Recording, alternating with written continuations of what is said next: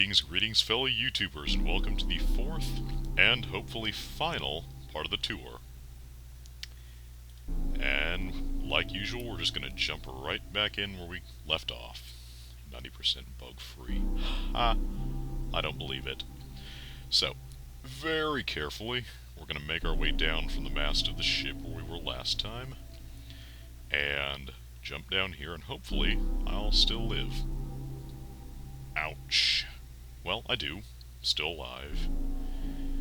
When you're dying, I will be still alive. Ah. Okay. Ooh, I'm already getting lag. That's not a good sign. So, walking through here. This is the stage.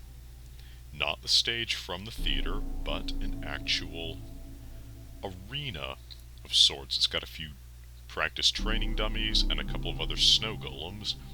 Now, down in there is the only place in the kingdom that's not very well lit up.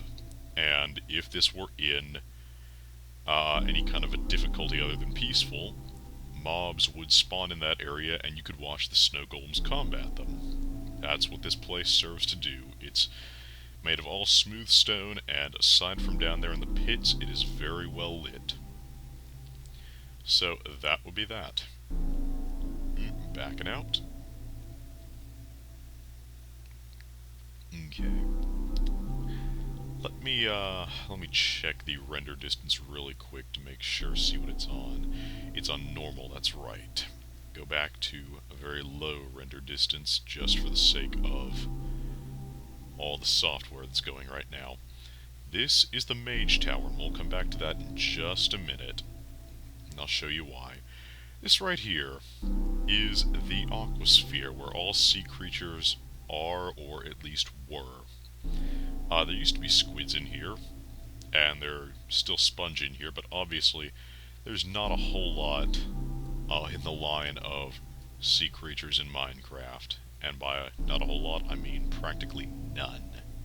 Except for, squids, fish that you can catch on your pole, and whatnot. But if by chance Notch ever does decide, or Jeb, or whoever's running the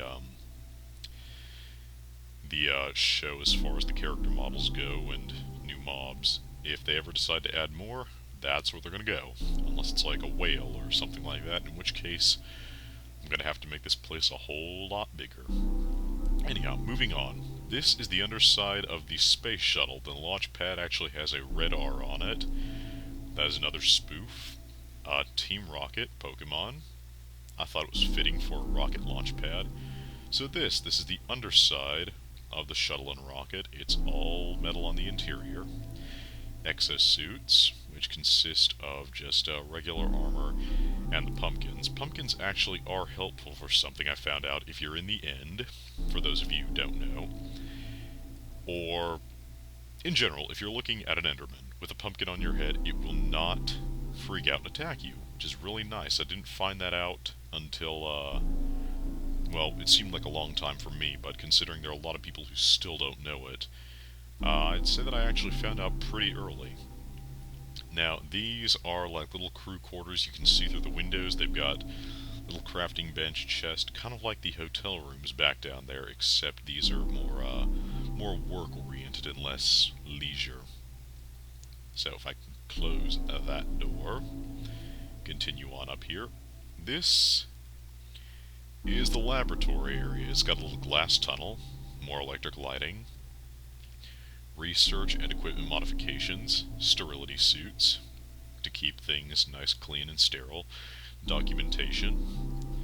For smelting and vaporizing, absolutely no cooking. These are not cooking furnaces, they are work furnaces. Testing area and the emergency shower, which if you push this button, the dispenser would let out the water from this bucket and clean you off if you have any kind of a chemical spill. This is a storage supplies area. All items need to be kept in sterility, meaning that we can look in the empty chest but can't take anything from the empty chest because it's empty. And that's pretty much all the laboratory areas. It's got a little sit-down area, it's got a little music playing in the background, or it would have a little music playing if you just pop a disc on there. Music while you're working, but go back through the sterility tunnel, and up here. This floor is the launch deck. It's got the only windows on the... Ooh, shut the door there. Only windows on the actual shuttle itself, so you can see out there to the Mage Tower. And over here you can see a bit of forestry, and the ocean is beyond that, but render distance won't allow for that. A couple of other last-minute storage chests for anything you need, and then this door right here actually goes out to what looks like a little chamber. This is actually the shuttle, a little space shuttle that's on the rocket. So if I push this button up here, I can go back in. And this, ladies and gents, is the launch deck. Now, there's one more floor that actually has not been finished yet, and it's arguably the most important. This is the bridge. As you can see, it's got a great view, at least it would if the render distance was, again, not turned down. But it's got a lot of windows, it's got all the lighting, and it's got the most space too. This is where everything will be controlled from when it's furnished, but I'm notorious for not entirely furnishing areas before I move on to build new projects. So, yeah, it's not quite done yet. And that, friends, is the space shuttle. So, going back out here, ooh, shut the hatch, and lower myself back down. Ugh. Faulty equipment. Great for a, space shuttle. This right here is a handmade birch tree nicknamed by a couple of people the White Tree of Gondor, because it is completely stark white, and it didn't used to have leaves, so it used to look rather dead. A lot like the White Tree of Gondor. Again, another Lord of the Rings reference. If you haven't seen it, I truly feel sorry for you. At the top here is a little tree house. It just, another little thing that I always wanted to do as a kid and never got the chance to, so that's what it's here for. And shut the hatch again. So go back down. We're almost done with the tour, ladies and gents. Believe it or not, we are almost done. Now, I'm going to take you back to the Mage Tower over here. And the reason that I was saving this for next to last is because it actually has a back entrance to the castle. It's the only way other than the main gate that you can get to the castle. So down here is a master enchanting area that has tons and tons of bookcases. Up here on the second floor, it's got tons of chests, workbenches, furnaces, a large triple-wide bed, a cake, and another little enchanting table. Essentially, this is the mage's quarters, where you'd sleep if you were the head mage of the kingdom, and you'd have a jolly good time there. This is the botany garden. It's got mushrooms, vines, and netherwort, which is hard to recognize in this texture pack. It's also got this little outcropping here, where you can kind of look out over this section of the kingdom. And then on the other side of the garden, it's got a mirroring exit with a slightly different outcropping. This one, if I would stop climbing up the vines, is an overlook to the stage arena that we were just touring a few minutes ago.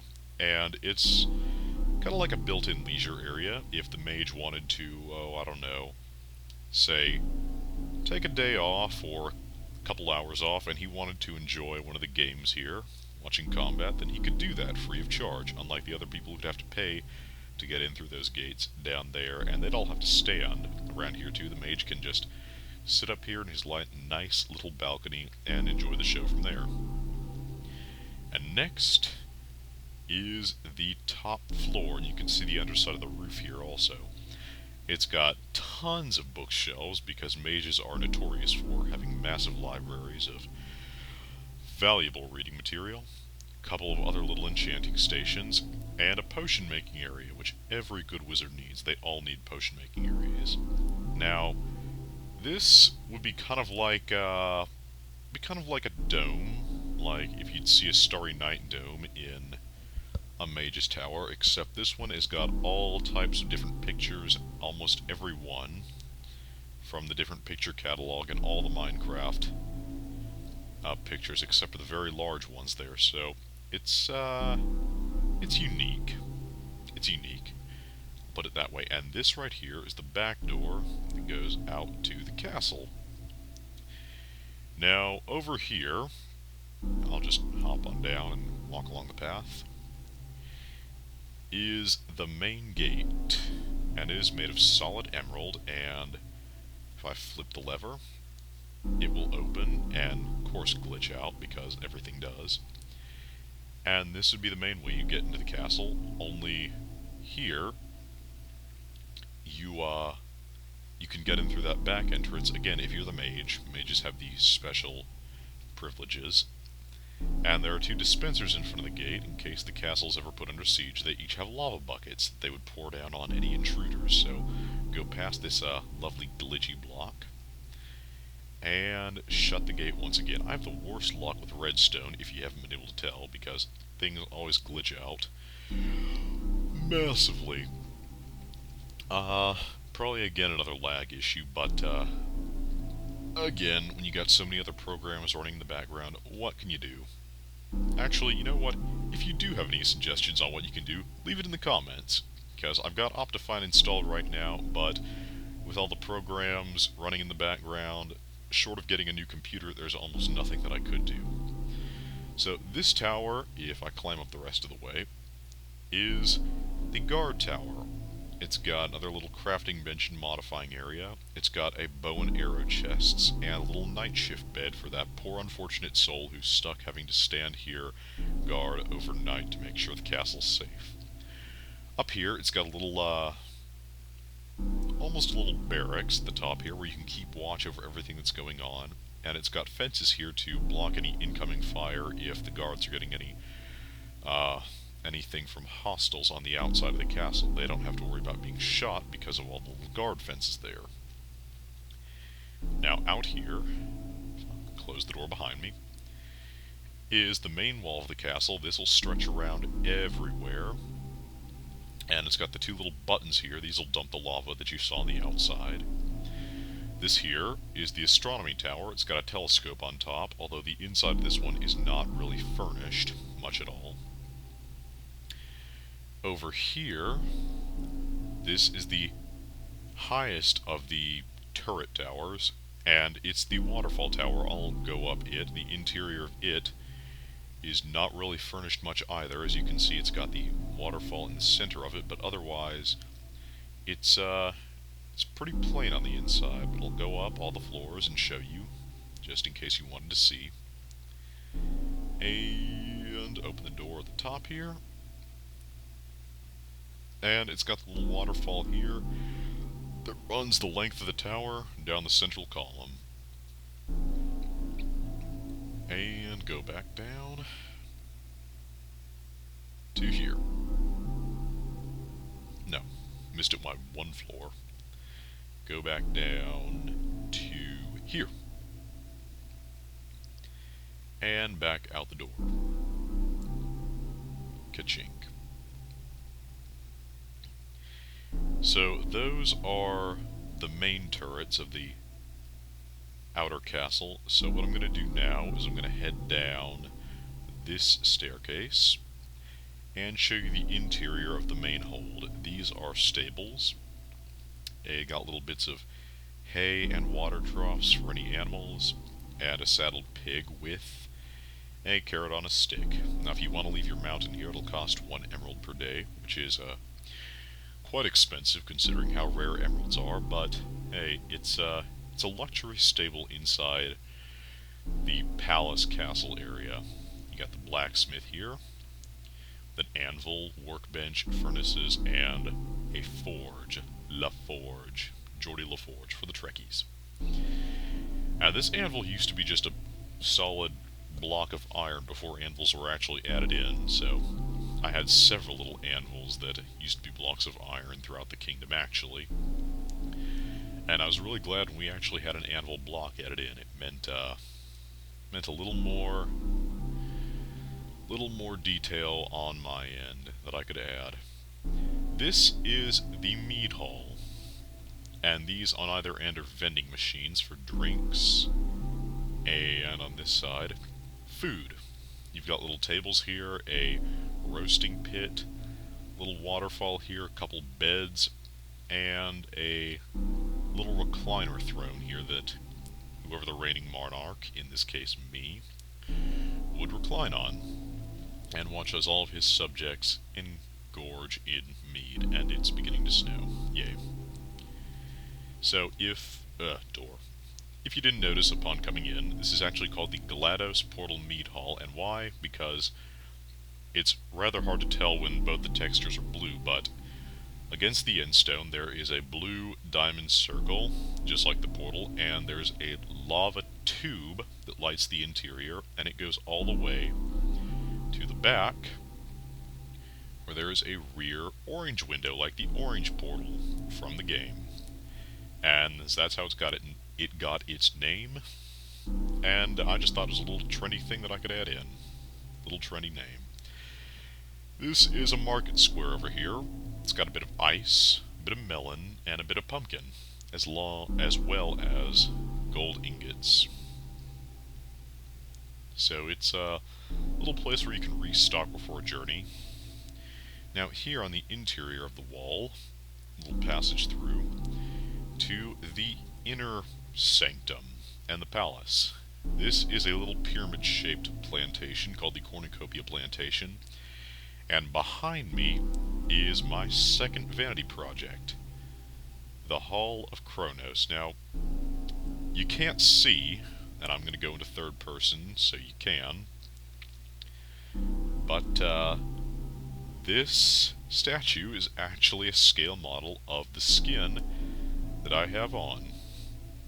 That's why I call it my little vanity project. It's exact replica. Every block fits right in with a pixel on my character, except for some bits on the head, which I've changed around recently on the skin, but have left unaltered on the statue. So this area's got trees, waterfalls, a little stream, a little mossy bridge here. It's kind of like a little retreat grotto, or like almost like a temple. You can just come in here, relax, pay your respects to your beloved monarch, and have a jolly good time. Now back here is the last destination on the tour, the palace. And the palace has got a couple things outside. It's got a little volleyball court, just for a little bit of entertainment. Another fountain, I'm quite fond of my fountains. And some little ponds here on the outside. A tree made of wool that, as you can see, is currently out of order. Sorry for any inconvenience. And in the back here, yet another reference. It's a trap. That's a Star Wars reference for those of you who don't know. And this, if you nudge the pressure plate, carefully, will shut all the doors. So if you're standing there, that's bedrock above and below. So you're trapped in there. You got iron doors, and you can't open them or get off the pressure plate because it's the only block to stand on. So that's the last little nifty thing. Over here is little gardener's shack, and it's got a little pool of water that's mossy on the inside, and a little bench on the inside of the shack itself. So, back over to the palace. Front portico is again Romanesque looking. It's got emerald pillars on it, and lights that, by the magic of tripwires, will automatically turn on as you pass by. And Fortuna Palace, the final destination on the tour. It's got a little doorbell over here that's actually not working right now. Like half the things in my kingdom currently aren't working, because, like I said, the kingdom is constantly under construction. So always little things that go wrong here and there. This is the main throne room right in here. It's gold and yellow wool. So you can look out on all 3 levels of the palace and enjoy yourself. Now, this is probably the area that I'm most notorious for leaving undecorated up to this point. It's going to have tons of rooms and tons of things to do in here once it's finished, but as of now, it's not. This is a pool chamber. It's got a little swimming pool with the stripes along the bottom like you'd see in any real-life pool. Again, electronic lighting. We don't have any torches in here that aren't decorative. It's all the fancy schmancy stuff. So if I can close the door in one try, going up here, the second floor, at least on this side, is again completely undecorated. However, on the other side, it does have the triclinium dining hall, which is just a long row of tables, paintings, and plants, with the kitchens at the far end. There's the fountain tower from before, the central column and the water running down.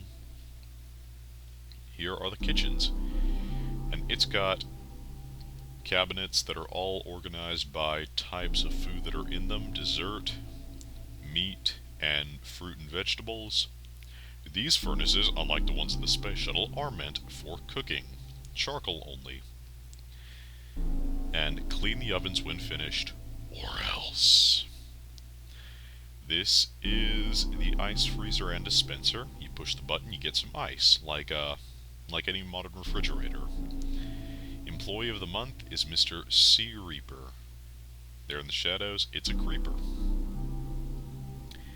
And over here, sinks to wash hands and dishes, some paper towel dispensers, and this sink is only for dishes, no bathing, no swimming. And this here in the center is a hibachi grill, so you just light up the nether rack and you can cook on it like that. Only watch out for the ceiling, it will burn, because it's all made of wood. So back out here, I'll run back to the other end of the dining hall again. And going out, there is doors. Door! I don't know why sometimes this mouse that I'm using registers as a double click instead of a single click, and sometimes closing doors, I'm going to forget that door, can be a bit of trouble. And over here is the sauna. It's got little showers, baths, and heated steam dispensers. Essentially, it's like a miniature bathhouse inside the palace for anyone who wants to kick back and relax. So that's the second floor. Now I'm going to give this door one more shot. Will you close? There we go. And over here is the last part of the palace that has actually been fully decorated on the interior, and it is the Dragon's Keep. So over here we've got another smaller kitchen for any of the people who are staying in this particular tower. This is the smaller sleeping quarters for any of the riders' keep.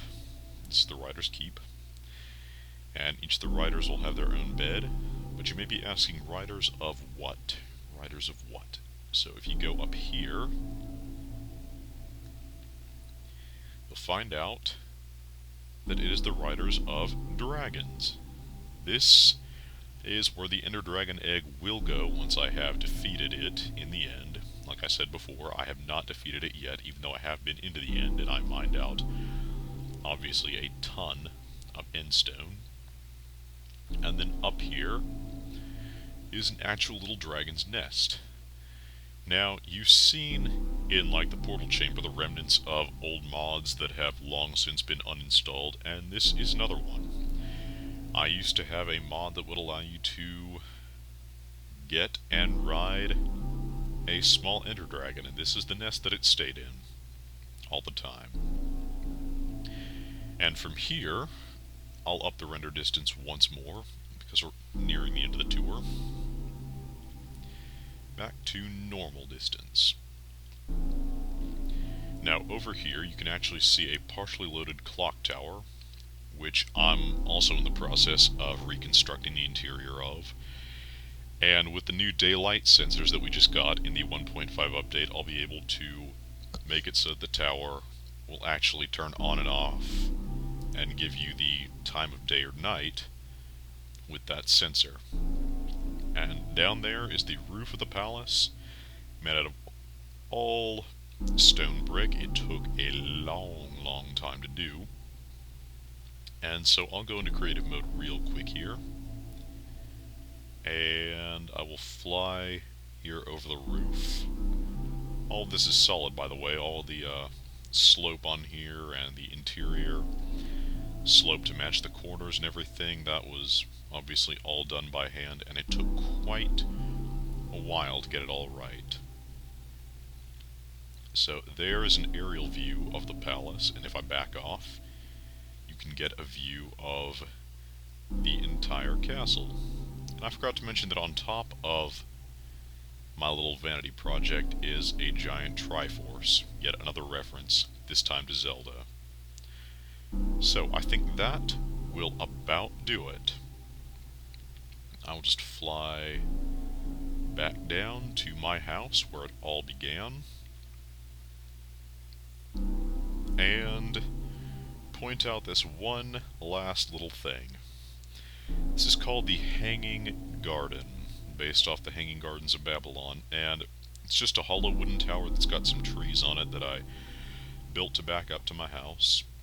Kind of a decorative little feature. So about now, here on the edges of the sea, is where our tour will end. This is the dock. It's got boats in it. So here, guys, it's been a pleasant little job and an honor on my part to give you guys this little runabout of the things that I've built. So obviously the commentary probably is not the best as of now. I still feel a little awkward just kind of sitting here talking to myself about things that I've already built. But that's what you guys are for. Rate and comment. Like I said in the very first video, that is the best thing that you guys can do for me, and if you want to keep watching my videos, the best thing that you can do for yourselves. Rate and comment. Tell me what you liked about this tour, what you didn't like, what you'd like to see more of, less of. If there's things like, if you want to see me do a survival challenge, if you want to see me play adventure maps, anything that you'd like to see, that's what we could use the most comments on.